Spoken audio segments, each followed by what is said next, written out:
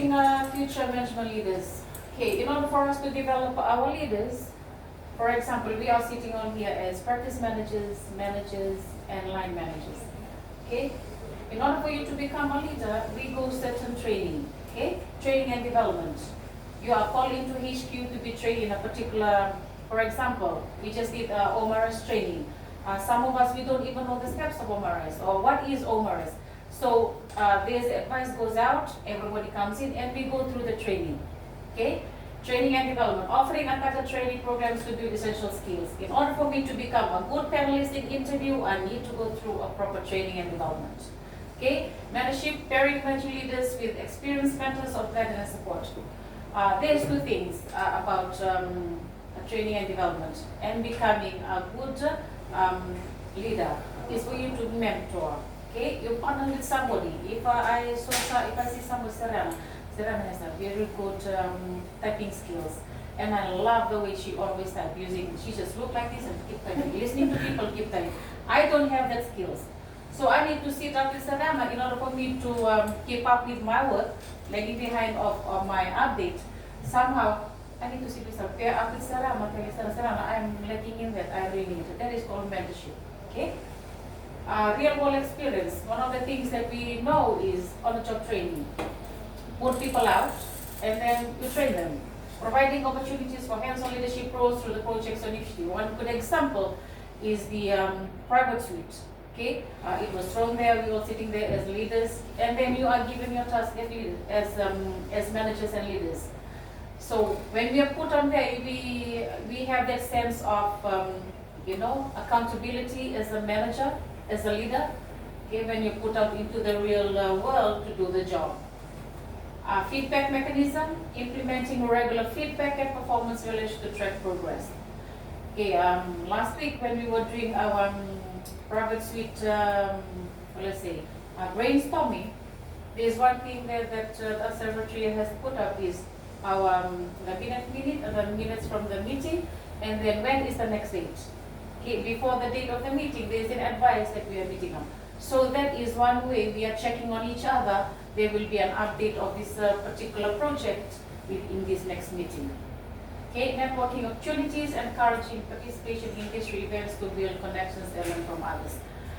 So there is a training outside there, and this is a real world. Everybody has to keep to whatever is really happening.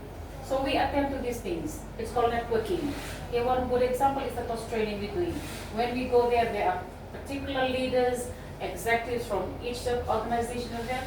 It's one way of great networking. Okay, we share who we are, and we want to know what's going on in this world, and that's how we know them, they know us. Any question?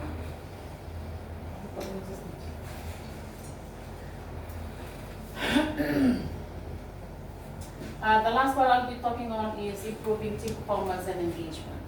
Okay, to improve is to set clear goals, setting specific measurable objectives to align team efforts. Okay, we can be very unrealistic in putting clear goals. For example, timelines.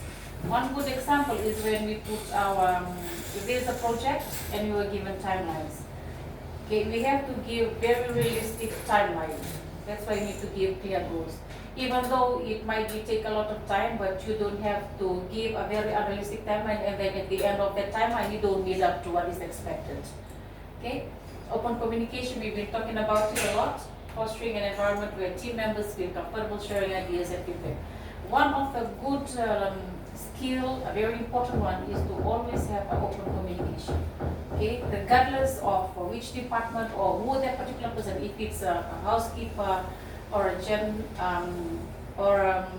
clinical attendant officer, we need to have that skills of trying to reach out to them. You'll never know, that particular person might come through, that particular person comes in 10 minutes past 8. I just come in and I just keep bombarding that person. Do you even understand? Do you want to understand why that particular person comes in late? Or you just want to ask and tell them why you're late, this is a policy, the company's policy? Maybe that particular person have work from home to reach their medical, and you can't even hear at the end of the day that particular person has been demoralized just by the way you were talking. Okay, try to have that open communication, the sense of trying to reach out. Okay, recognition and rewards. Acknowledging achievements to motivate and boost morale. When the HRMS was announced that we were awarded, don't we feel good? Okay. When the company, when the name there, Zen's Medical was announced as one of the company to receive award, and the company recognized the particular committee that works towards this.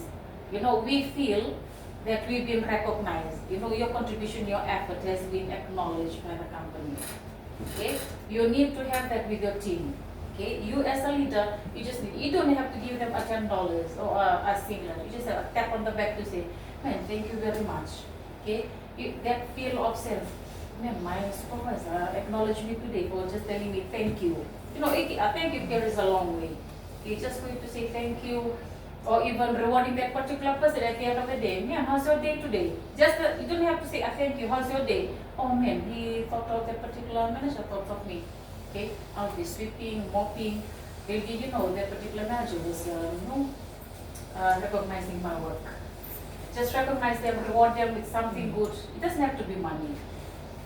Okay, collaborative culture, encouraging teamwork and collaborative to leverage diverse skills and perspective.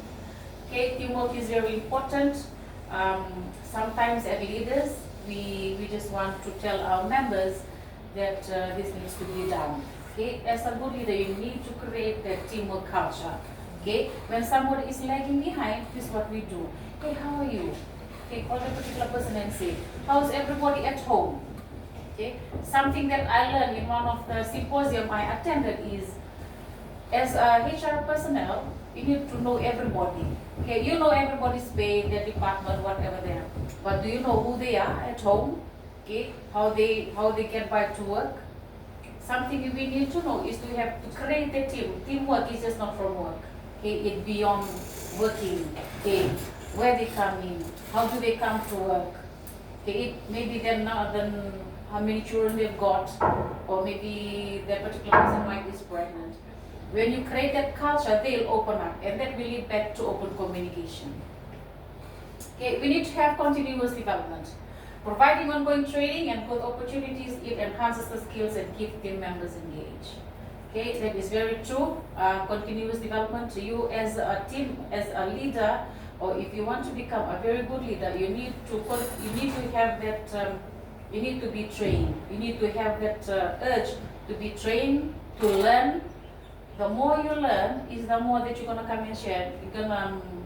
It's gonna help you share that skills to your team. Okay, it will improve your, for example, your communication level. Okay, if you go for a communication training or customer service training, when you bring them back, you share it with the team members. It helps them. Okay, any question regarding these slides?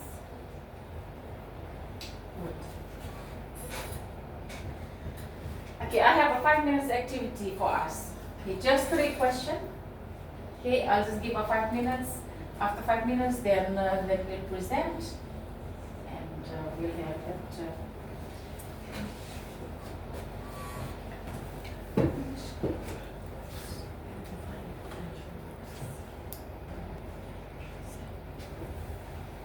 Okay, we have 3 questions, and we'll have all 1 each. We'll start with number 1. Number 1, and with Rami. What do you think is the biggest challenge organization face in identifying potential leaders? Okay, it's a very tricky question actually, but my answer would be probably for leaders to identify potential leaders. The people who are actually in the identification process need to understand the fair process of doing it, in the sense that there are times when it's just done by default, and when you are identifying someone, they need to have one of the X factors, like outstanding skill set that you say, okay, this could be a potential leader, whether it could be public speaking or their administrative knowledge or their accountability, transparency, and the fair chance part comes in the sense that people should be trusted for the role. Not that you have done it just for the sake of it. Like, you need to trust them that, okay, we can develop them. Rather than saying that, okay, this is it, you've taken the leadership position and done, you are a leader. Some people can be leaders without actually being a leader. Yeah, and they have no qualities of a leader, but they are there because they were the best person there at that time. So when senior leaders choose upcoming and new, you need to have some confidence in them, number one, and also you need to have some trust in them. And I think that is the biggest challenge in organizations, when you actually do it by the default setting, not actually trusting and having confidence in them. Or some just there, to fill in the gap, and then you already have a predetermined idea that someone else will come and replace them. It's just like buying time. So the fair opportunity, I guess, in summary, would be one of the biggest challenges in organizations, to give them a chance, give your own people a chance, and that would be my ask. Thank you. Then we'll move on to Maria. How can we ensure that leadership development programs are relevant and meet the needs of diverse employees?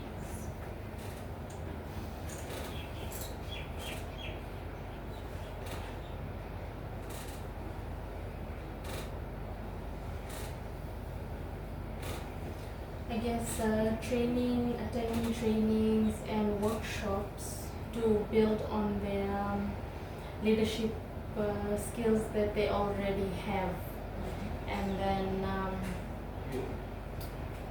bringing that back and try to adjust it or mold it to suit your employees or the ones that you are going to later on train on your to the department.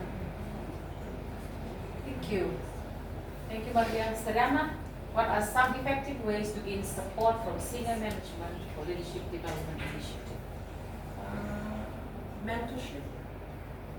Good. Because senior leaders can best help assist with upcoming leaders by mentoring them, helping them along the way. And yes, further training to develop their potentials. Thank you. Very interesting answers. And it is true that there are challenges faced. Okay, regardless of what organization, when it comes to leadership role, there's always challenge faced by the top people. Okay, and of course we need training. Okay, in order for you to become a good leader, you need to be trained and developed at all times.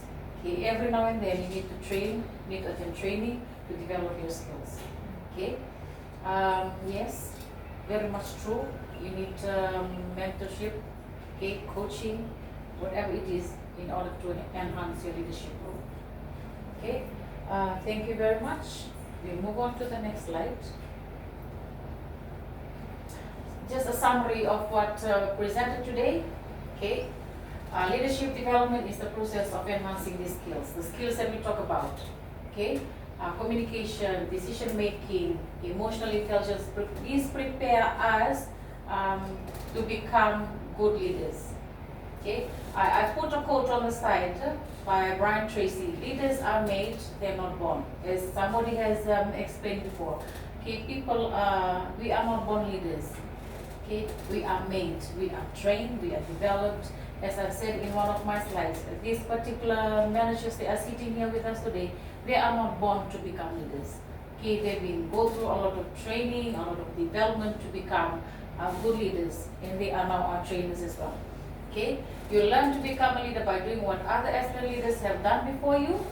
Okay, for example, everybody want to follow our CEO. One day, when I attend my interview here with Zen's Medical, I have a 5-year plan, and one of the panelists there, they asked, what are your long-term goals?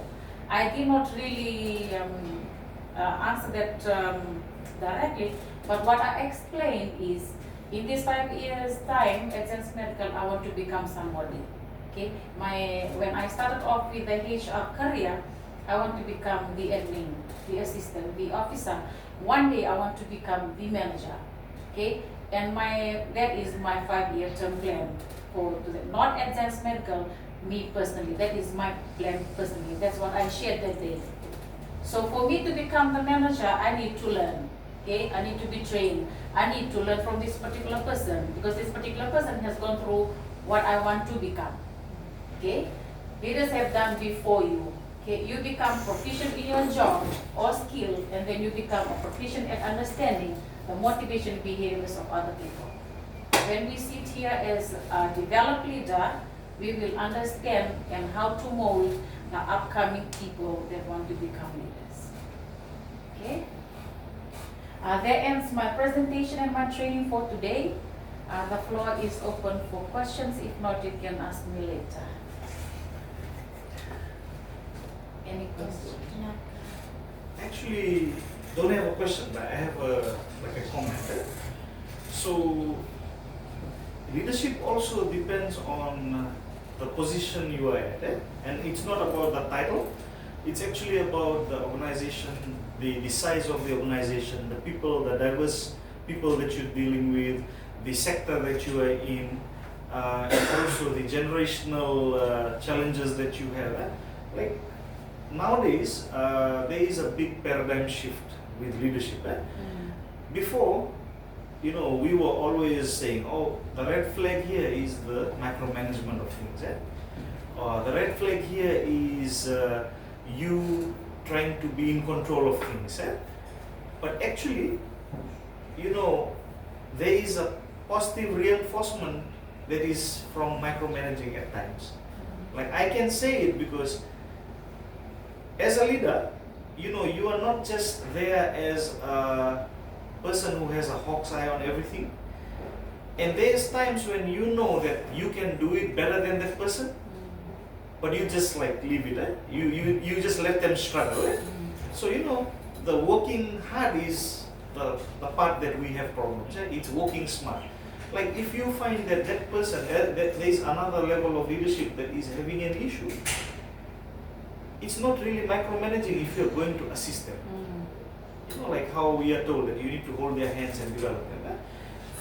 It is micromanaging after all, right? But it's a positive micromanaging. It's not meant to belittle someone or meant to sort of, say it in a way that, oh yeah, I know it better than you. But actually, it's something that you are showing them the way. Like the few things that you lead from, you learn from being a boss and being a leader. Right? The boss says go, and the leader says let's go. Right? And when the boss says I, the leader says we. Let's do it as a team. So that's the paradigm shift, and sometimes the humility part and also the knowledge withholding is the problem in many leaders. You can only become better when you share. Share your knowledge. If you know you're an expert in something, you have to share. If you know that you have the humility, that goes a long way, because then you are able to connect with the people. There is no gain in not connecting with the people, like knowing people by the first name. How would it be nice to hear someone who is like right at the top of the chain knowing actually your first name? That would be, hey, this person knows me, acknowledgement. So leadership has many components to it, but I guess humility is one thing, and then knowledge sharing is something. You don't have to withhold it. You have to make sure that you are sharing it, and that's how you bring the team forward. You can't let anyone be left behind. Like how the wolf pack works. Some can be right in front, and then there's another set of wolves that will be at the back. So the front person leads, and the back people, they actually push the others to go together. No one is left behind. So something, is just a comment for this. Because leadership can be seen in many ways, but it's how you customize it to your positioning is, I think, very valuable and very important. Yeah, so that's my comments on your presentation. Thank you.